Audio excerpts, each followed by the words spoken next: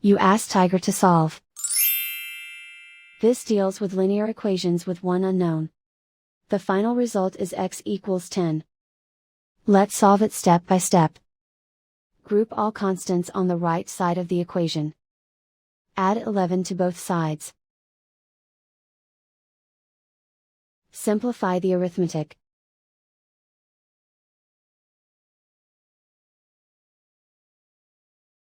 Isolate the x. Divide both sides by 2. Simplify the fraction. Find the greatest common factor of the numerator and denominator. Factor out and cancel the greatest common factor. And so the final result is x equals 10.